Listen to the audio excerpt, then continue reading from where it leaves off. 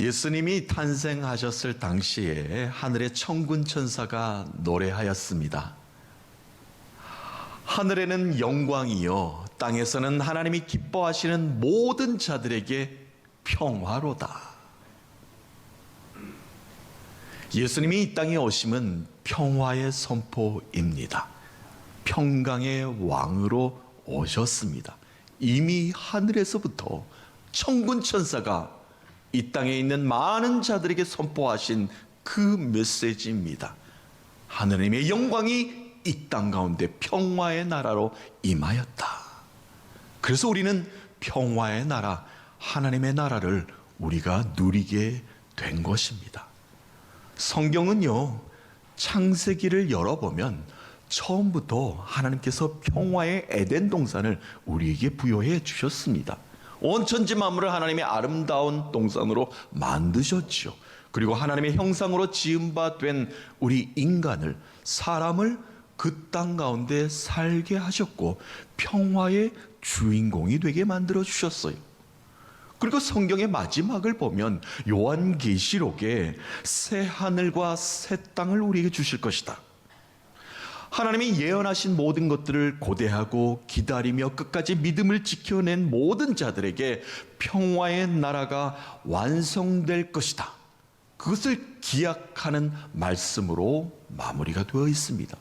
그러니까 성경의 모든 것은 하나님의 평화를 선포되어지고 있는 말씀이다 라고 말을 할 수가 있겠죠. 성경의 모든 내용은 하나님이 주신 평화에 관한 내용입니다. 그런데 인간의 삶은 어떻습니까? 평화를 많이 누렸습니까? 하나님이 주신 그 평화가 무엇이라고 우리가 고백하며 살 수 있었습니까? 그렇지 못하였죠. 서로 평화하지 못하였고 전쟁과 분열과 아픔 속에서 살아간 것이 인간의 역사다라고 우리는 말을 할 수가 있습니다. 유대인들 간에는 아직도 나누는 인사가 있습니다. 샬롬이라는 인사를 처음 볼 때마다 매일매일 그렇게 서로 인사로 나눕니다. 이 인사의 뜻은 하나님이 주실 수 있는 최고의 평안을 누리십시오 라는 뜻입니다. 샬롬하고 인사하는 것은 오늘도 하나님이 당신에게 주실 최고의 평안을 누리길 원합니다. 얼마나 축복의 인사입니까? 얼마나 축복하며 하나님의 평안을 함께 나누기를 원하는 샬롬입니까?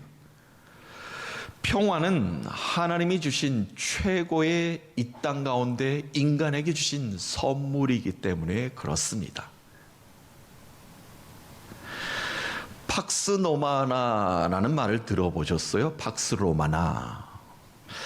예수님 당시에 로마 제국은 팍스 로마나 피스 로마입니다. 로마의 평화, 로마로부터 평화를 얻으십시오. 로마로부터 평화가 시작된다라는 정책을 펼쳤습니다. 그러나 현실은 달랐습니다. 로마가 평화를 주었습니까? 로마가 많은 사람들에게 평안이 무엇인지를 깨닫게 만들어 주었습니까? 그렇게 하지 못했죠. 이 시기에 가장 많은 영토 분쟁의 전쟁이 일어났습니다. 누구 때문에요? 로마 제국 때문에 그러하였습니다. 겉으로는 평화를 외치고 있었지만 평화를 파괴하는 주범이 바로 팍스 로마나를 외치는 로마 제국이었습니다. 이러한 시대적 상황 가운데 예수님이 이 땅 가운데 탄생을 하셨습니다. 오셨습니다. 천국 복음을 듣기 위해 하나님 나라의 임재를 경험하기 위해서 많은 무리들이 제자가 되고자 예수님을 따라서 이제 산에 올라왔습니다. 산에 올라온 많은 무리들을 향해서 예수님께서 8가지 복에 대해서 먼저 말씀을 전하셨죠. 오늘 그 말씀이 계속 이어집니다. 이 땅에 다시 복이 임하였도다. 복 있는 자들이여, 화평을 추구하는 자들이여, 그대들이 복되도다.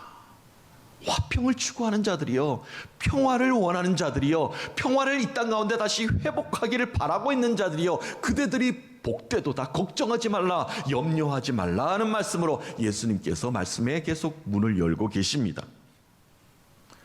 하나님의 진정한 평화, 하나님의 샬롬을 원하고 있는 자들을 향한 예수님의 선포셨습니다.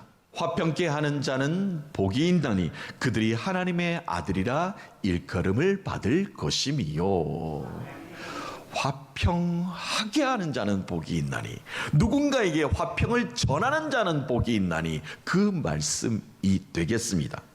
진정한 이 땅 가운데 피스메이커로 사는 자는 복되도다, 이 말씀을 예수님께서 무리들을 향해서 지금 선포하고 계신 것입니다. 하나님 나라의 평화, 그 평강을 이 땅 가운데 전하러 오신 예수님이십니다. 자, 그런데 예수님이 선포하신 말씀 중에 우리가 한 가지 더 기억하는 것이 있죠.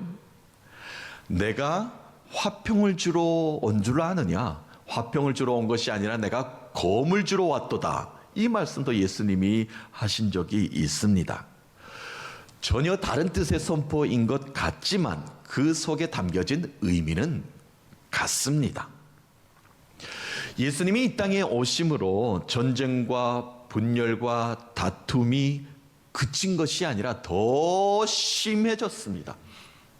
더 많은 곳에 분쟁이 일어났고, 더 많은 곳에 다툼이 일어났고, 더 많은 곳에 전쟁으로 많은 사람들이 힘들어하였습니다. 왜 그렇습니까? 그 이유는 빛이 이 땅에 오니 어둠이 드러나기 시작을 하였습니다.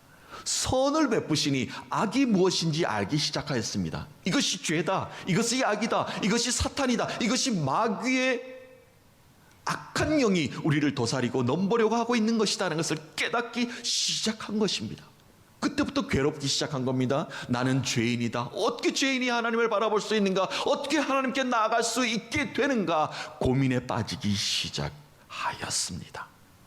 어둠은, 죄와 악은, 사탄은, 마귀는 분열과 다툼을 더 강력하게 이 땅 인간에게 일삼기 시작을 하였습니다.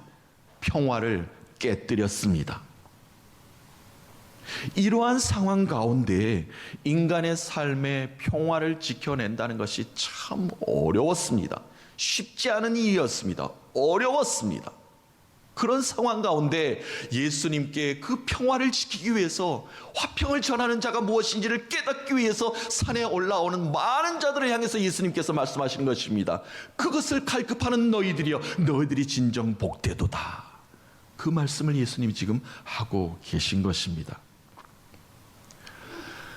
예수님이 오셨을 당시도 마찬가지고요. 인류의 역사와 문명을 보면 그렇게 이 땅은, 인간의 삶은 평화를 누리지 못하였고, 또한 누군가에게 화평을 전하지 못하며 살아왔습니다.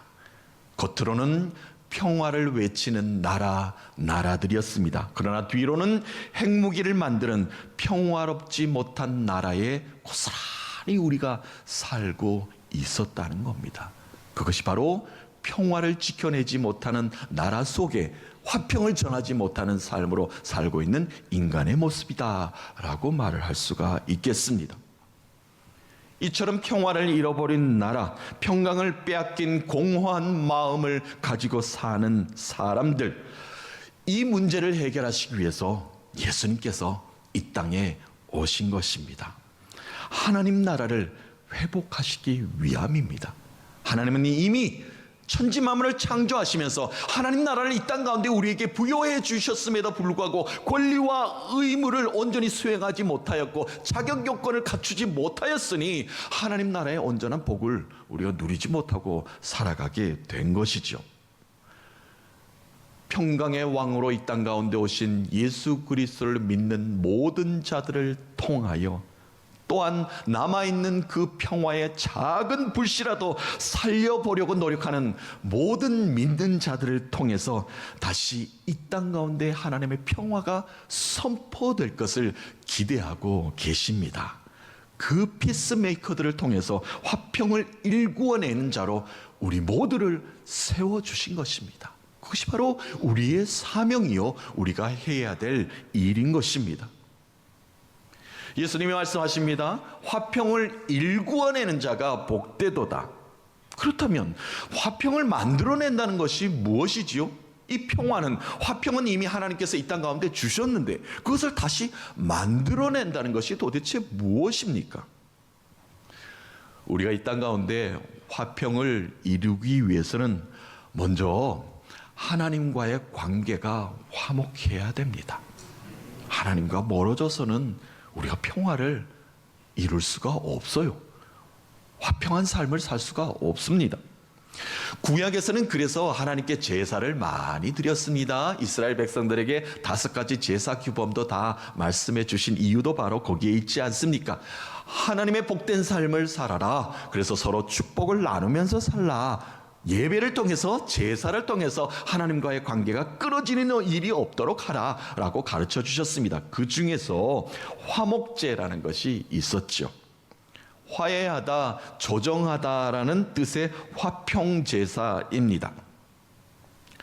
하나님과 인간과의 관계에서 먼저 구원받았다는 것에 감사할 수 있어야 된다는 제사입니다. 하나님이 나를 오늘도 사랑하신다. 하나님도 오늘도 나를 인도하신다. 평강으로 다시 나를 이끌고 계시다는 것을 감사 고백하는 것이 바로 화목제입니다.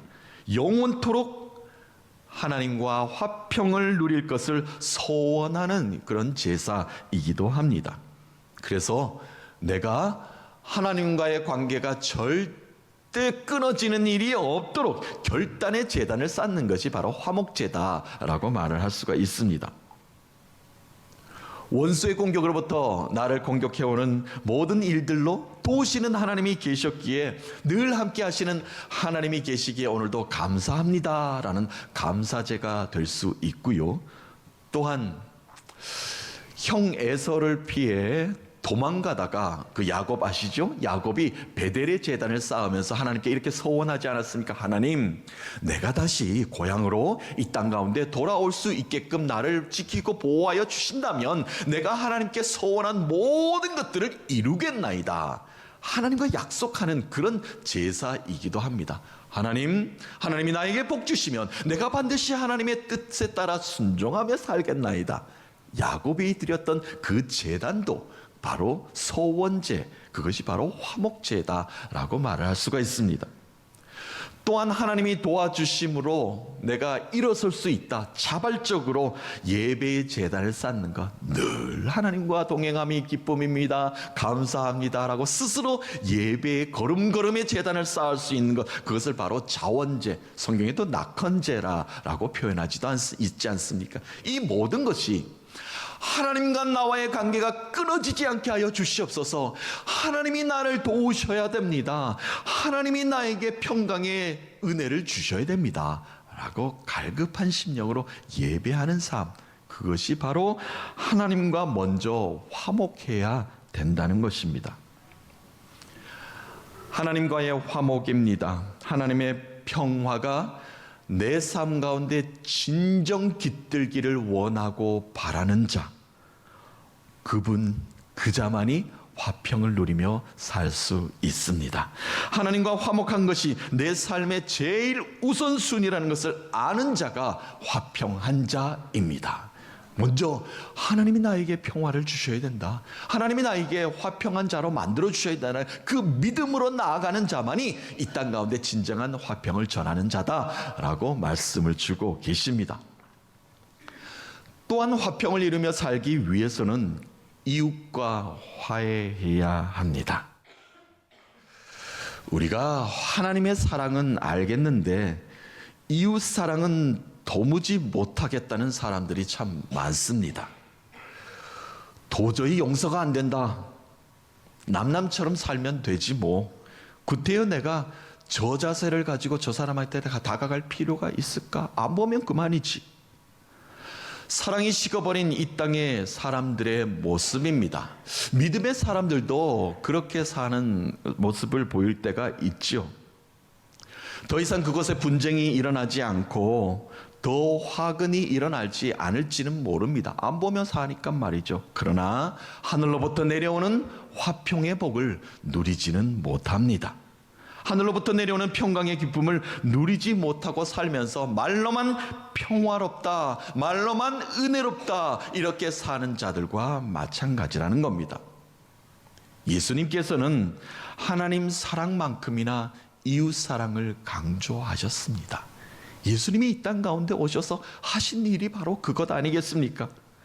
갈등이 있을 수밖에 없는 이웃과의 관계입니다. 그 속에 적극적으로 관계의 회복을 요구하셨습니다. 그것을 믿음이다, 구원받은 자의 삶이다 라고까지 예수님께서는 제자들에게 책망하시면서까지 가르침을 주셨습니다. 원수까지 사랑하는 화해, 화목, 화평 쉽습니까? 어렵습니다. 그 사랑을 우리가 어떻게 실천하며 삽니까? 그런데 예수님은 직접 보여주셨고, 그렇게 해야만 너희들이 진정한 십자가의 의미를 안다 라고 가르침을 주셨습니다. 예배에 앞서서 먼저 화해의 평화를 예수님은 말씀하셨습니다. 제물을 제단에 드리러 나오기 전에 형제에게 원망 들을 만한 일이 생각나거든, 또한 그런 일들이 있거든 예물을 제단 앞에 가만히 두고 가서 형제와 화목하고 와서 그 후에 다시 예물을 드리라, 그 후에 와서 예배를 드리라는 것입니다. 이웃과 깨진 관계를 방치한 채 형식적으로 드리는 예배는 바람직하지 않다라고 말씀하셨습니다. 그것은 진정한 예배가 아니니라. 원수까지 사랑하라는 적극적인 평화를 요구하셨습니다. 너희는 원수를 사랑하며 박해하는 자를 위해서 기도하라. 나를 박해하는 자에게 기도까지 할 수 있나요? 어떻게 이렇게까지 할 수 있죠? 그런데 예수님은 그것까지 하는 것이 바람직하다는 겁니다. 얼마나 우리가 용서해야 됩니까? 70번씩, 7번씩, 7번씩 70번이나 하라. 수도 없이 용서하라는 겁니다. 용서는 그냥 믿는 자가 가지는 그냥 기본적인 것이라는 말씀이 되겠습니다. 예수님은 이웃의 범위를 정할 때요, 같은 민족, 같은 지역, 또 나와 친한 사람에 국한시키지 않았습니다. 자신을 미워하고 박해하는 사람까지 적극적으로 용서와 화해하라고 가르쳤습니다. 선한 사마리아 비유를 통해서 화해와 용서와 화평하며 산다는 진정한 사랑이 무엇인가를 우리에게 일깨워 주시지 않았습니까? 제자가 되고 싶어서 왔던 사람이 물었습니다. 누가 도대체 우리의 이웃입니까? 그 제자의 질문에 내게 도움이 필요하다고 내게 손을 벌리는 자, 내게 가까이 요청하는 자, 이 모든 사람이 곧 너의 이웃이니라. 그들에게 베푸는 것이 화평을 전하는 것이니라. 화평하며 산다는 것, 이웃을 사랑하며 사는 것이니라. 그렇게 예수님께서 가르침을 주셨습니다. 자, 하나님과 인간과의 관계, 화평을 이루면서 평화를 이루면서 사는 것, 그렇게 할 수 있을 것만 같습니다. 그런데 그 이후에 예수님께서 이 땅에 오셔서 이웃과 화평하라, 이웃과 평화를 누리라, 이 땅 가운데 참 우리가 지켜나가기 힘든 말씀을 예수님께서 많이 하셨고, 예수님께서 그것을 직접 보여주시기까지 하셨습니다. 그리고 예수님께서는 마지막으로 화평하며 살기 위해서는 죽어야 한다, 십자가에서 보여주심으로 우리에게 일깨움을 주십니다. 십자가는요, 평화가 없는 나무 사형틀입니다.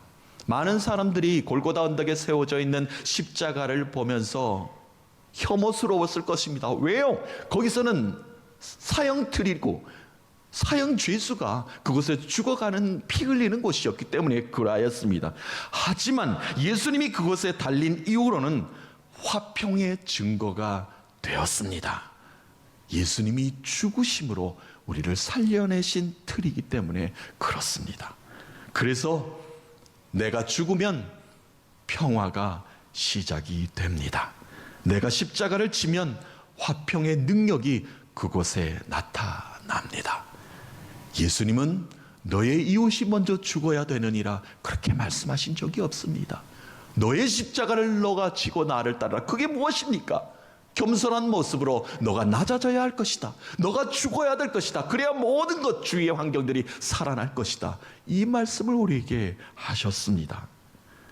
예수님의 십자가, 그 진정한 평화를 내가 질 때 나의 모든 상황 가운데 평화가 일어날 수 있습니다. 평화의 나라, 평강의 교회, 평화의 가정이 화평을 만들어낸 나 한 사람으로 시작될 줄로 믿습니다. 자, 세상은 그렇다 하여도, 세상은 화평을 이루지 못하고 평화의 나라를 지켜내지 못한다 하여도 우리는 어떻습니까? 그 평화의 나라를 유지하기 위해서 기도하는 자들입니다. 평강의 교회가 되기 위해서 우리는 안간힘을 쓰고 달려온 사람들입니다. 자, 이렇게 평화의 나라를 만들기 위해 몸부림치고 있는 우리들에게, 화평을 전하기 위해 힘쓰고 있는 저와 여러분들에게 하늘의 어떠한 상이 주어집니까? 어떠한 복이 임합니까? 오늘 예수님께서 우리에게 말씀하십니다. 하나님의 아들이라, 하나님의 딸이라 불려지게 될 것이다. 믿으십니까?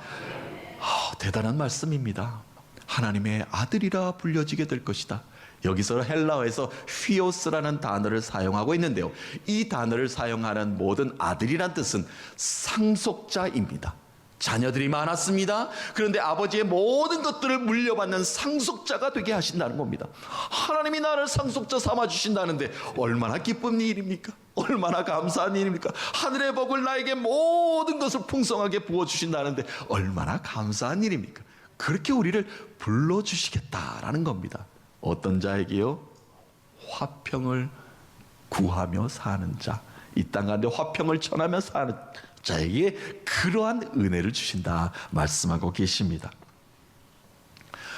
어느 날 제자들이 예수님께 와서 이렇게 묻습니다. 예수님, 기도를 좀 가르쳐 주십시오.